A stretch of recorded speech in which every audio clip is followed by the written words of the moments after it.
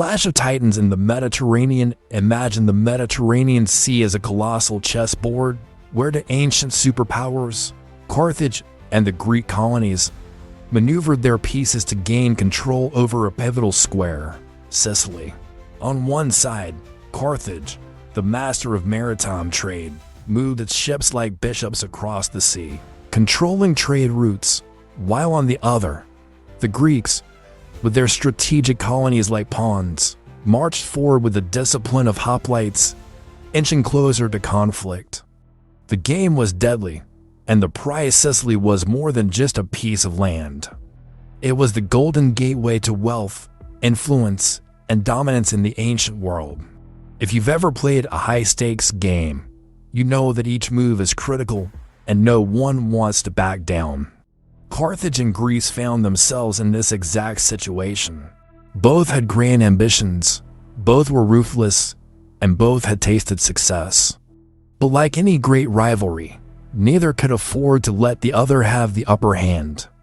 Sicily, with its fertile lands and strategic position, became the battleground of one of the most protracted and fierce conflicts in ancient history, a battle not just of swords and spears, but of cultures, economies, and politics. And much like a chess match, this rivalry had its moments of brilliant strategies, catastrophic blunders, and let's face it, some unexpected elephants showing up on the battlefield. Yes, elephants. More on that later. So why was Sicily so important? And how did these two superpowers find themselves locked in a bitter struggle for control of the island? To understand this, we need to step back and look at the bigger picture. At the heart of this conflict was not just land or power, but a clash of civilizations: Carthage, the North African trading empire, versus the Greek colonies, the torchbearers of Hellenic culture. Both powers had their eyes fixed on Sicily, a land that would provide the victor with an unshakable grip on Mediterranean trade, influence, and military dominance. But first, let's get to know our two competitors. In the ancient world, the Mediterranean was the ultimate highway of civilization. Whoever controlled its waters and the lands around it controlled the flow of goods, ideas, and armies. Sicily, the largest island in this crucial sea, stood at the crossroads of several major trade routes, making it the envy of every rising empire. For the Greeks, who had established colonies across the Mediterranean, Sicily was a crown jewel in their network of city-states. Its rich soil and strategic ports allowed them to feed their growing populations and project power across the region. For Carthage, however, Sicily was more than just a desirable asset, it was a lifeline. The Carthaginians, masterful traders and sailors, had built their empire on commerce, stretching from North Africa to Spain, Sardinia, and beyond. Their ships dominated the sea lanes, and their wealth was built on controlling trade routes, especially those leading to Sicily. The island was not just a stopping point for Carthaginian merchants. It was a vital outpost that could secure their hold on the western Mediterranean and keep their rivals, especially the Greeks, at bay. As both Carthage and Greece expanded their influence, they inevitably collided over Sicily, and tensions began to boil. The island's central location meant that neither side could afford to leave it in the hands of the other. The stage was set for a dramatic and bloody contested contest that would last centuries and shape the future of the Mediterranean world. At the heart of the Greek expansion into Sicily was the city of Corinth, one of the most influential and powerful city-states in ancient Greece. Known for its wealth, naval prowess, and strategic position, Corinth was a hub of trade and innovation. It was from here that Greek explorers and settlers launched expeditions to establish colonies far from the Greek mainland, seeking fertile lands, trade opportunities, and military outposts. One of Corinth's most significant contributions to Greek expansion was the founding of Syracuse in 734 BCE, situated on the eastern coast of Sicily. Syracuse would grow into one of the most powerful and influential Greek city-states, not just in Sicily, but in the entire Mediterranean. Its harbor, fertile plains, and defensible position made it an attractive location for Greek settlers, and its growth soon brought it into conflict with Carthage's interests on the island. The Greek colonies in Sicily were a mixed bag of democracies, oligarchies, and tyrannies, but they all shared one thing in common: a fierce desire to preserve their independence and expand their influence. Corinth's colonies were no exception. For the Greeks, Sicily represented not just a land of opportunity, but a frontier where they could project Hellenic culture, resist foreign domination, and build powerful cities that rivaled those of the mainland. On the other side of the conflict was Carthage, a city-state founded by the Phoenicians around 814 BCE on the coast of modern-day Tunisia. Over the centuries, Carthage had grown into a formidable empire, thanks to its strategic location and its people's mastery of maritime trade. By the time it faced the Greek colonies in Sicily, Carthage had established a vast network of colonies, allies, and trading partners stretching across North Africa, Spain, and the islands of the western Mediterranean. Carthage's power rested on its control of trade. The Carthaginians were famous for their skills as sailors, traders, and shipbuilders. They were the dominant force in Mediterranean commerce, and their vast wealth allowed them to field powerful armies and fleets. However, unlike the Greeks, who relied on citizen soldiers like the hoplites, Carthage often hired mercenaries to fight its battles. This gave them access to a wide array of troops, from Iberian infantry to Numidian cavalry and yes, eventually, even elephants. But Carthage wasn't just a commercial powerhouse. It was also a political and military giant. Its leaders, known as Sophites, governed the city through a combination of oligarchic and aristocratic structures, ensuring that the wealth and power remained in the hands of the elite. Carthage's economy was based on trade, agriculture, and the exploitation of resources from its colonies, and Sicily was a crucial piece of this puzzle. Control of the island would allow Carthage to safeguard its trade routes, access Sicily's rich grain production, and keep the ambitious Greeks in check. As Greek colonists began settling in Sicily and establishing cities like Syracuse, tensions with Carthage inevitably grew. Initially, the two powers maintained a wary coexistence, with occasional skirmishes and trade disputes. Both sides recognized the importance of the island, but for a time, they managed to avoid full-scale war. However, as Syracuse and other Greek cities expanded, so did their ambitions. Carthage, sensing a growing threat, began fortifying its own presence on the island. The first major confrontation between Carthage and the Greek colonies came in the form of the First Sicilian War, a conflict that would set the stage for centuries of struggle over Sicily. From this point forward, the chessboard of the Mediterranean would be stained with blood, as two of the greatest powers of the ancient world locked horns over this strategically vital island. The rise and expansion of Carthage as the Greeks spread their influence across the Mediterranean, establishing colonies like pebbles in a stream, Carthage was quietly becoming a behemoth in its own right. The city, founded by Phoenician settlers from Tyre around 814 BCE, had a humble beginning as a trading outpost on the North African coast. But through a combination of shrewd diplomacy, military might, and a relentless focus on commerce, Carthage evolved into one of the most powerful civilizations in the ancient world, rivaling even the mighty Greeks. The name Carthage itself, derived from the Phoenician Cart Godact, meaning new city, hence at its origin as a fresh start for its founders. While the Greeks were busy spreading their culture, Carthage became the center of a vast trading network, a commercial juggernaut that eventually grew to control much of the western Mediterranean. But how did this new city go from a simple port to a global power? Carthage's real strength lay in its mastery of the sea. Like a spider sitting at the center of an intricate web, the Carthaginian fleet connected trade routes that stretched from North Africa to Spain, Sardinia, and Sicily. The Mediterranean was their domain, and their ships, sleek, fast, and heavily armed, were the perfect tools for maintaining control of these waters. The Carthaginians weren't just traders, they were innovators. They perfected shipbuilding techniques that allowed their fleets to dominate both in commerce and in war. Their famous quinquiremes, warships with 5 rows of oars, were technological marvels of their time, designed for both speed and power. With these ships, Carthage could move goods quickly, and more importantly, respond to threats or opportunities in the blink of an eye. Their naval supremacy made them the undisputed rulers of the waves in the western Mediterranean. But it wasn't just about the ships. Carthage's real genius was its ability to control the flow of goods throughout the region.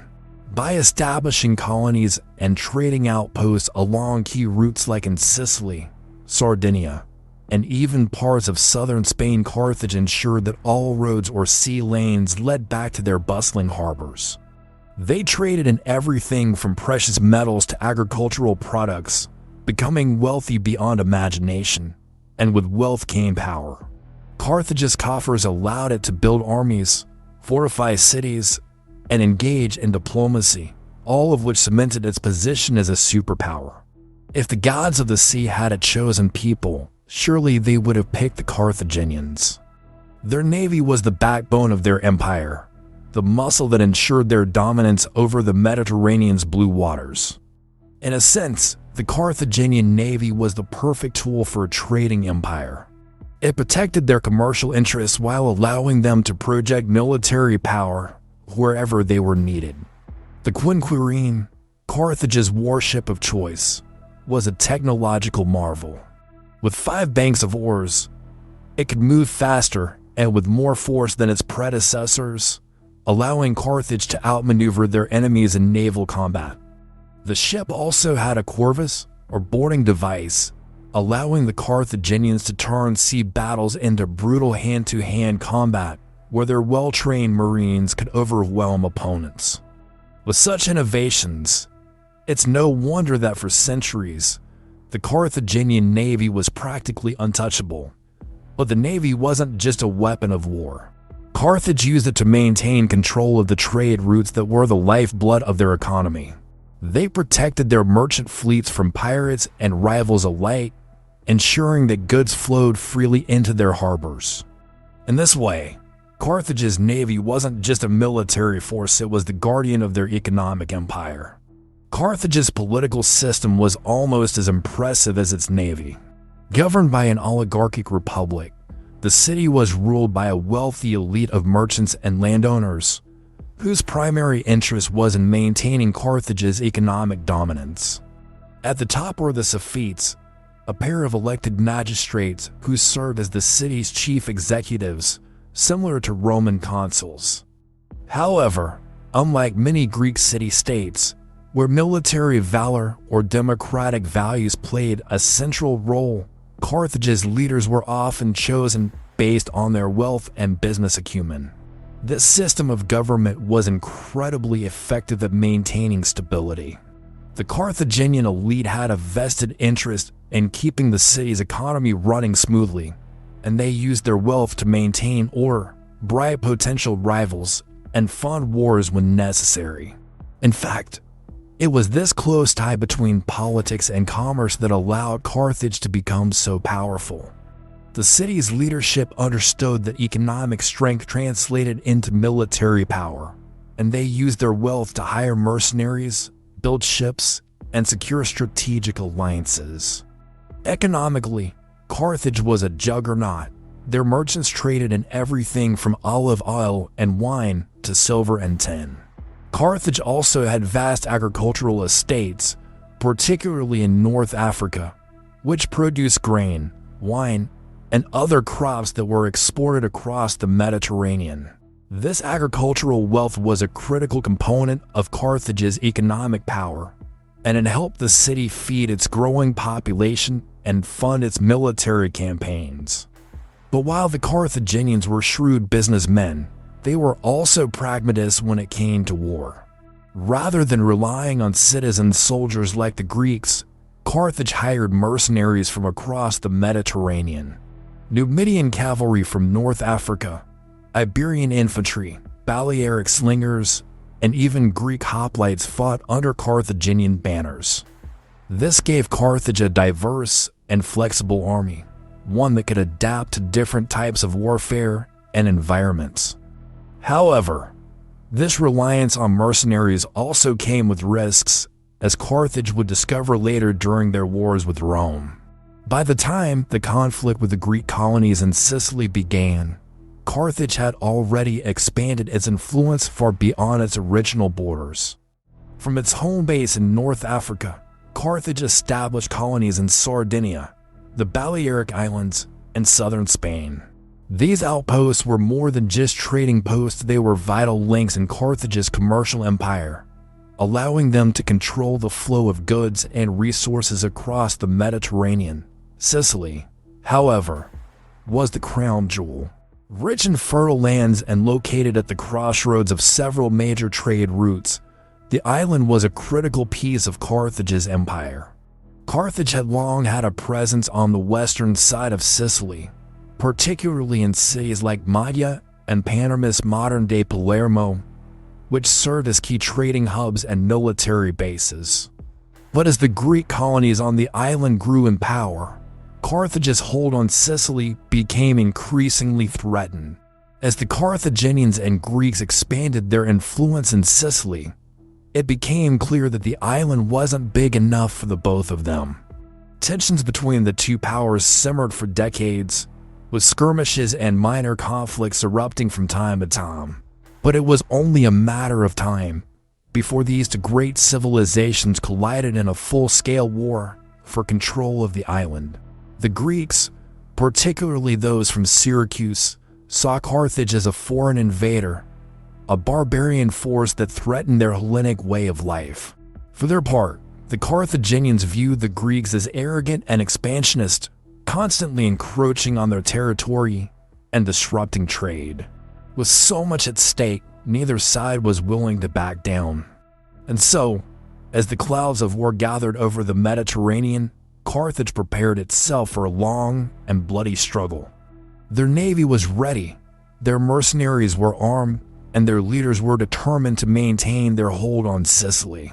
Little did they know, this conflict would span centuries, with battles fought not just with swords and ships, but with cunning diplomacy, economic power, and sometimes sheer stubbornness. The Greek colonies and Corinth's policy, while Carthage was busy building its trading empire in the west, on the opposite side of the Mediterranean, Greece was experiencing its own version of a golden age. But unlike the centralized power of Carthage, Greece was a patchwork of fiercely independent city-states, each with its own ambitions and rivalries. Among these, Corinth stood out as a major player, not only for its strategic position and wealth, but also for its role in spreading Greek influence far beyond the Aegean Sea. And it was from Corinth that the Greek presence in Sicily first began to take root. The Greeks, much like the Carthaginians, saw the Mediterranean as a land of opportunity. As their population grew, so did their need for new land and resources. This led to an era of colonization, where the Greeks sailed far and wide, establishing settlements across the Mediterranean and the Black Sea. Sicily, with its fertile soil and strategic location, became a prime target for these ambitious city-states. And at the forefront of this colonization effort was Corinth. Corinth, one of the most powerful and influential city-states of ancient Greece, was the driving force behind much of the Greek colonization in the West. Known for its wealth, naval power, and strategic position on the Isthmus of Corinth, the city had long been a center of trade and commerce. But by the 8th century BCE, Corinthian leaders began to look beyond the Greek mainland, seeking new lands where they could establish colonies and expand their influence. In 734 BCE, Corinth founded one of the most important Greek colonies in the western Mediterranean, Syracuse. Located on the eastern coast of Sicily, Syracuse would grow into a massive and powerful city-state, rivaling even Athens and Sparta in wealth and military strength. Its location was ideal, with a natural harbor that made it a hub for trade and fertile plains that allowed it to become a major agricultural producer. But Syracuse was just the beginning. Over the next few centuries, Corinth and other Greek city-states established a series of colonies across Sicily, southern Italy, and even as far west as modern-day France and Spain. These colonies weren't just outposts, they were thriving city-states in their own right, each one a miniature version of the Polish city-state system that had made Greece famous. And as these colonies grew, so did their ambitions. Syracuse quickly became the most powerful Greek city in Sicily, thanks to its wealth, military strength, and strategic location. Under the leadership of tyrants like Gilon and Dionysius, Syracuse expanded its influence across the island, subduing rival Greek cities and even launching campaigns against the Carthaginians. The city's fortified walls, massive harbors, and strong navy made it a formidable force, capable of standing toe-to-toe with the might of Carthage. But Syracuse wasn't just a military powerhouse, it was also a center of culture and learning. The city attracted philosophers, scientists, and artists from across the Greek world, making it a beacon of Hellenic civilization in the West. Figures like Archimedes, the famous mathematician and engineer, would later call Syracuse home, contributing to the city's reputation as a hub of intellectual and technological innovation. Yet, for all its greatness, Syracuse's ambitions also made it a target. The city's aggressive expansionism put it on a collision course with Carthage, whose own interests in Sicily were being increasingly threatened by the growing power of the Greeks.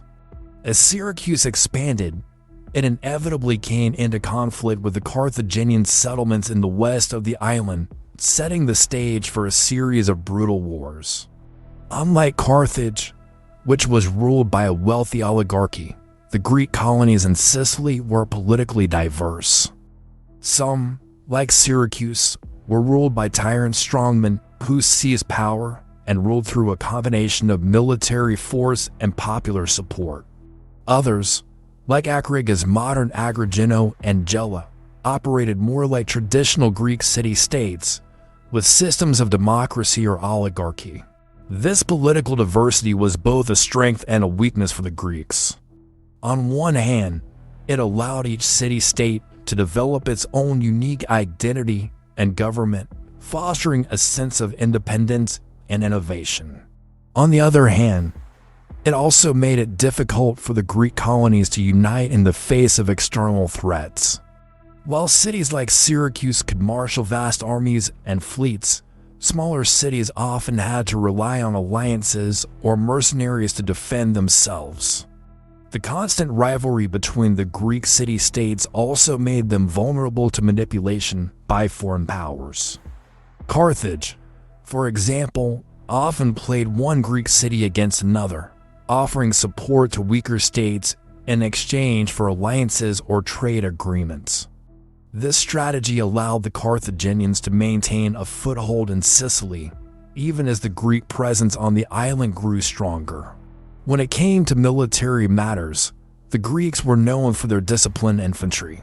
The hoplite, a heavily armed foot soldier, was the backbone of the Greek army.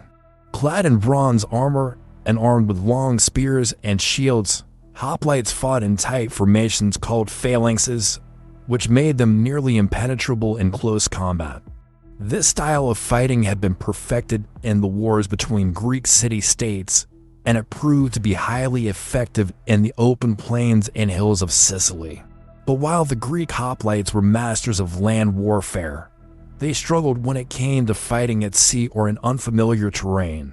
This is where Carthage had the advantage. The Carthaginian army, while relying heavily on mercenaries, was highly diverse. Carthage could field troops from across its empire, including Iberian swordsmen, Numidian cavalry, and even war elephants, an intimidating and unexpected addition to the battlefield. Carthage's strength lay in its ability to adapt, using different types of troops and tactics to suit the terrain and the enemy. In naval warfare, the Greeks and Carthaginians were more evenly matched. Both sides had powerful fleets, with Syracuse boasting one of the largest and most advanced navies in the Greek world. The ships of Syracuse, modeled after the famous Athenian triremes, were fast and agile, allowing them to outmaneuver their Carthaginian counterparts in battle. However, Carthage's experience in maritime trade and naval warfare made them a formidable opponent on the sea as well. Beyond the battles, the conflict between Carthage and the Greek colonies in Sicily was also a cultural one. On one side stood the Greeks, champions of Hellenic civilization, with its emphasis on philosophy, democracy, and artistic achievement. On the other were the Carthaginians, heirs to the Phoenician tradition, who prioritized trade, wealth, and practical governance over artistic or intellectual pursuits. For the Greeks, Carthage represented a foreign, even barbaric, culture. They viewed the Carthaginians as merchants rather than warriors, valuing wealth over honor. This cultural divide was evident not only on the battlefield, but in the way each civilization conducted itself. Greek cities like Syracuse built grand temples and theaters, celebrating their gods and their achievements in architecture, art, and philosophy. Carthaginian cities, by contrast, were more utilitarian, focused on commerce and defense. Religion also played a significant role in this cultural divide. The Greeks worshipped a pantheon of gods led by Zeus, and their religious rituals often involved public festivals and sacrifices. The Carthaginians, meanwhile, followed the Phoenician tradition of worshipping deities like Baal and Tanit. Their religious practices, particularly the alleged sacrifice of children to their gods, horrified the Greeks and reinforced the perception that Carthage was a barbaric, foreign power.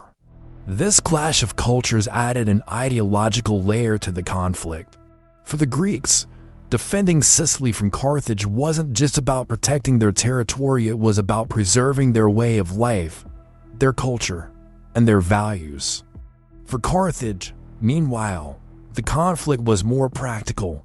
Sicily was a key part of their commercial empire, and losing it to the Greeks would threaten their economic dominance in the Western Mediterranean. The Sicilian Wars with two mighty powers, the Greek colonies led by Syracuse and the Carthaginian Empire, both claiming their stake in Sicily, conflict was inevitable. Over the course of several centuries, the island became a battleground for control between these two civilizations.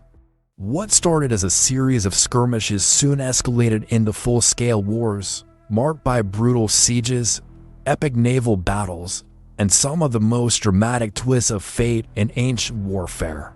The first major clash between Carthage and the Greek colonies in Sicily erupted in 480 BCE, a conflict that would set the tone for centuries of warfare.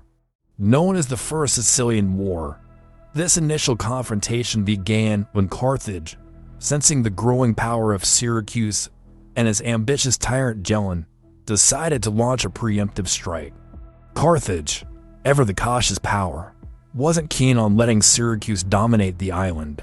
In typical Carthaginian fashion, they mustered a massive force to invade Sicily, reportedly gathering over 300,000 men, though ancient historians were known to exaggerate numbers. Their target was Himera, a strategically vital city in the north of Sicily, where they hoped to deliver a crippling blow to Greek ambitions. But Gelon, the tyrant of Syracuse, wasn't about to let Carthage march through Sicily unchallenged. In a brilliant display of leadership, Gelon united the Greek cities of Sicily and marched out to meet the Carthaginian forces. The two armies clashed near Himera in one of the most important battles in the island's history. The Battle of Himera became a legendary event for the Greeks. According to Herodotus, It took place on the same day as the famous Battle of Salamis, where the Greeks defeated the Persians. Whether or not this is true, the battle ended in a decisive Greek victory. Magellan's forces overwhelmed the Carthaginians, leading to a humiliating defeat for Carthage. Their general, Hamilcar, either died in battle or, as some stories claim, threw himself into a sacrificial fire. The defeated Himera not only checked Carthage's expansion in Sicily, but also gave the Greek colonies a taste of victory that would fuel their ambitions for decades. For Carthage, the defeated Himera was a painful lesson. But like any seasoned player on the Mediterranean chessboard, they learned from their mistakes. They wouldn't forget Himera, and when they returned to Sicily, they came back stronger. After the First Sicilian War, there was a temporary lull in the fighting between Carthage and the Greek colonies. But this peace was short-lived. The rise of a new and powerful leader in Syracuse would soon reignite the flames of war. His name was Dionysius I, a tyrant who would go down in history as one of the most ruthless and ambitious rulers of ancient Greece. Dionysius came to power and for 105 BCE and immediately set about transforming Syracuse into a military powerhouse. He fortified the city with massive walls, built an enormous fleet, and recruited one of the largest mercenary armies in the Greek world. Dionysius had one goal: to drive the Carthaginians out of Sicily once and for all. But Carthage wasn't about to back down without a fight. By this time, they had recovered from their defeat at Himera and had reasserted their influence over western Sicily. The Carthaginian army, bolstered by mercenaries from across their empire, was a force to be reckoned with. What followed was a series of brutal wars that would devastate Sicily. The Second Sicilian War 397–390 BCE was marked by some of the most ferocious fighting the island had ever seen. Dionysius launched an ambitious campaign to seize Carthaginian-held territories in western Sicily, including the important city of Madia. The siege of Madia in 397 BCE became one of Dionysius' greatest victories. His army stormed the city, slaughtering its inhabitants and delivering a severe blow to Carthage. However, Carthage, true to form, retaliated. Led by their general Hamilcar, the Carthaginians launched a counteroffensive, recapturing much of the territory lost to Dionysius. The war dragged on for years, with both sides suffering heavy losses. The fighting was brutal and often inconclusive, with sieges, naval battles, and guerrilla warfare taking a heavy toll on both armies. Dionysius' reign was a constant struggle against Carthage. Although he never succeeded in completely driving the Carthaginians from Sicily, he did manage to secure Syracuse's dominance over the Greek colonies on the island. By the time of his death in 367 BCE, Dionysius had transformed Syracuse into the most powerful Greek city-state in the western Mediterranean, but the war with Carthage was far from over. Throughout the Sicilian Wars, certain cities became flashpoints for the conflict between Carthage and the Greeks. Among the most significant of these were Hellenic and Himera, both of which saw dramatic battles that shaped the course of the war. The city of Hellenic, located on the southwestern coast of Sicily, was one of the oldest and most prosperous Greek colonies on the island. However, its proximity to Carthaginian-controlled territory made it a prime target.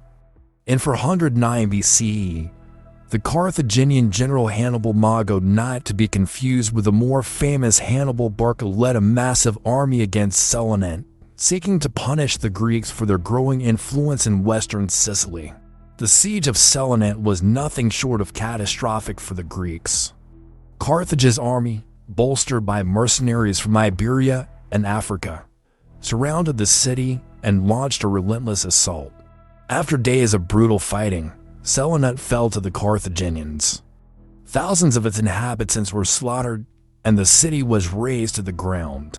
For the Greeks, the fall of Hellenic was a devastating blow, a stark reminder of Carthage's power and determination to control Sicily.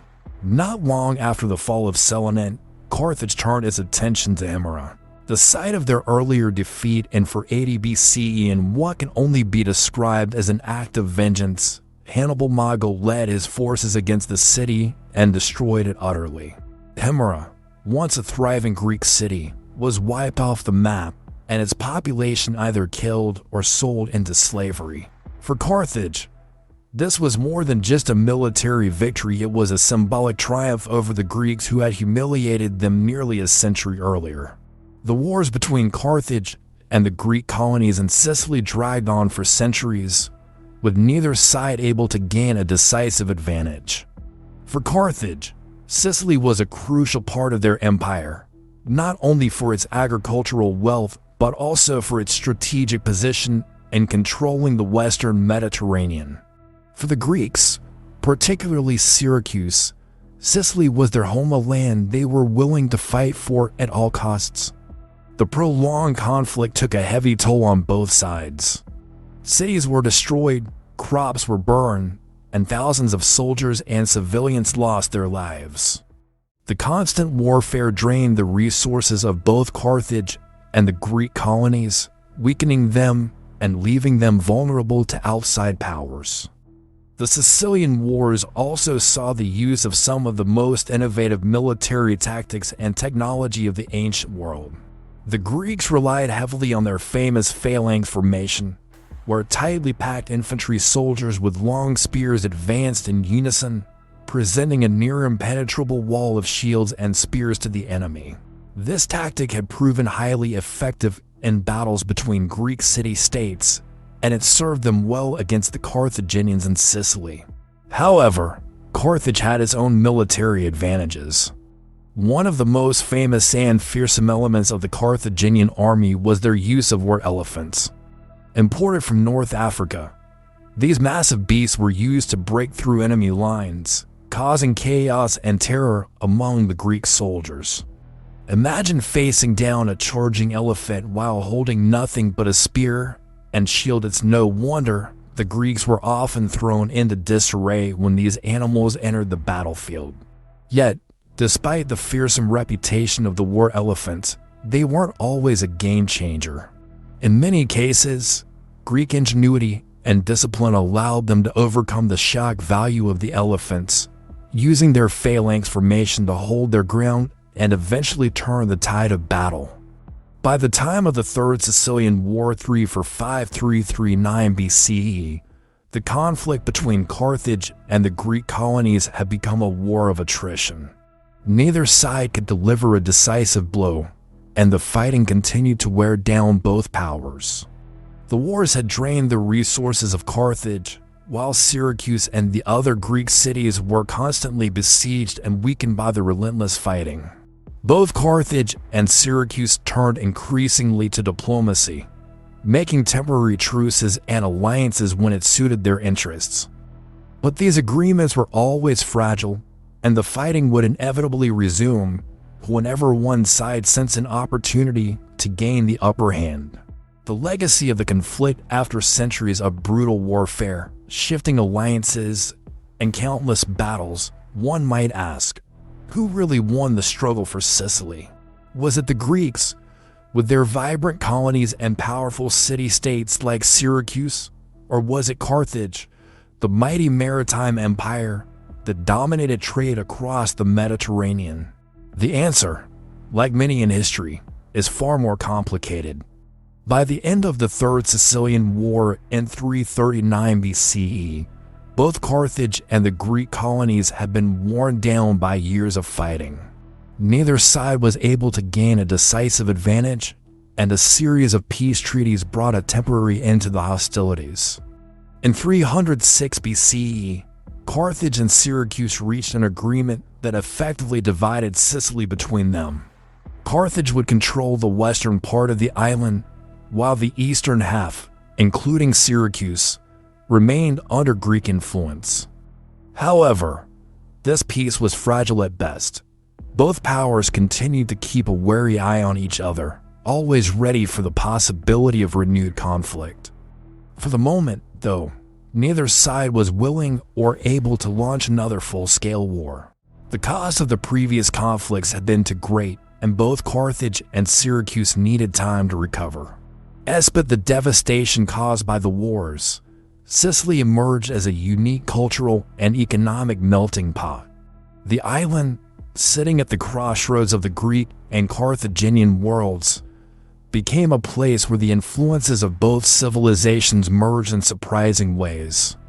Greek culture flourished in cities like Syracuse and Acragas, where grand temples, theaters, and public buildings testified to the achievements of Hellenic civilization. Philosophy, art, and science thrived, with figures like Archimedes making groundbreaking contributions in mathematics and engineering. Greek language and customs dominated much of eastern Sicily, and the island became an important center of trade and culture in the Greek world. At the same time, Carthaginian influence remained strong in the west. Cities like Mahdia and Panormus, modern-day Palermo, became important hubs for Carthaginian trade and commerce. The Carthaginians introduced advanced agricultural techniques, particularly in the cultivation of olives and vines, which contributed to Sicily's prosperity. Even the religious practices of the two civilizations began to blend, as the Greek and Punic gods were sometimes worshipped side by side. Economically, Sicily became a vital part of both the Greek and Carthaginian worlds. Its fertile land produced abundant crops, particularly grain, which fed the growing populations of cities on both sides of the Mediterranean. The island's strategic position also made it a key player in maritime trade, as ships from Greece, Carthage, and beyond passed through its ports. While Carthage and the Greek colonies fought over Sicily, a new power was quietly rising to the north, Rome. Initially a small city-state on the Italian peninsula, Rome had begun expanding its influence throughout Italy and was becoming a force to be reckoned with.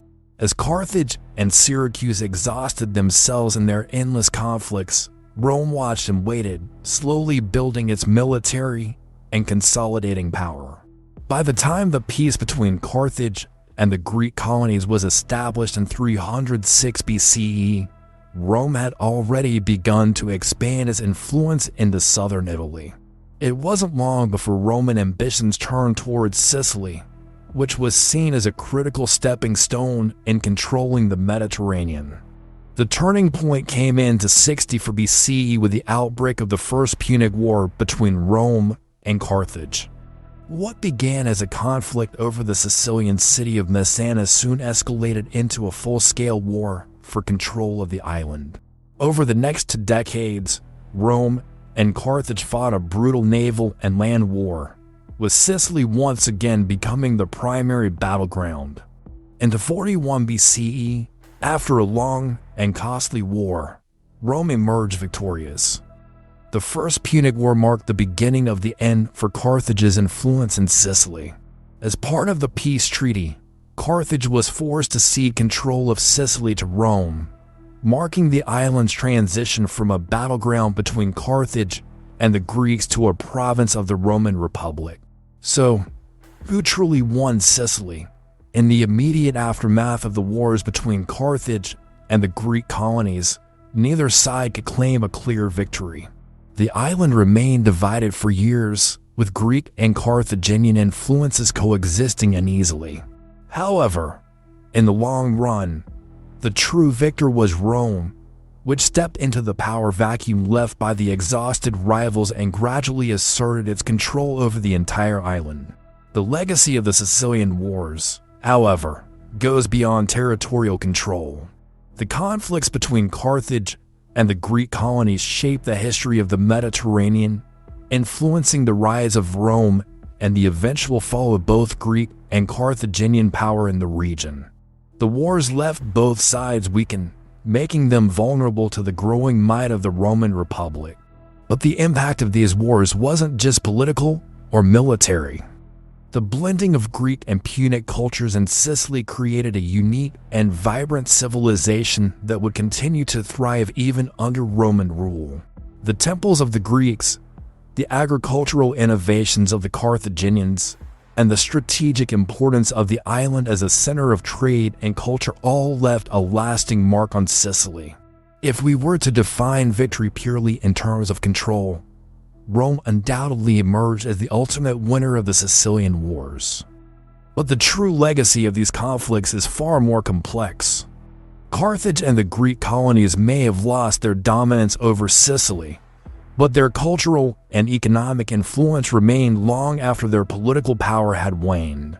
In the end, the wars over Sicily were a prelude to the much larger conflict that would come to define the ancient world, the struggle between Rome and Carthage in the Punic Wars.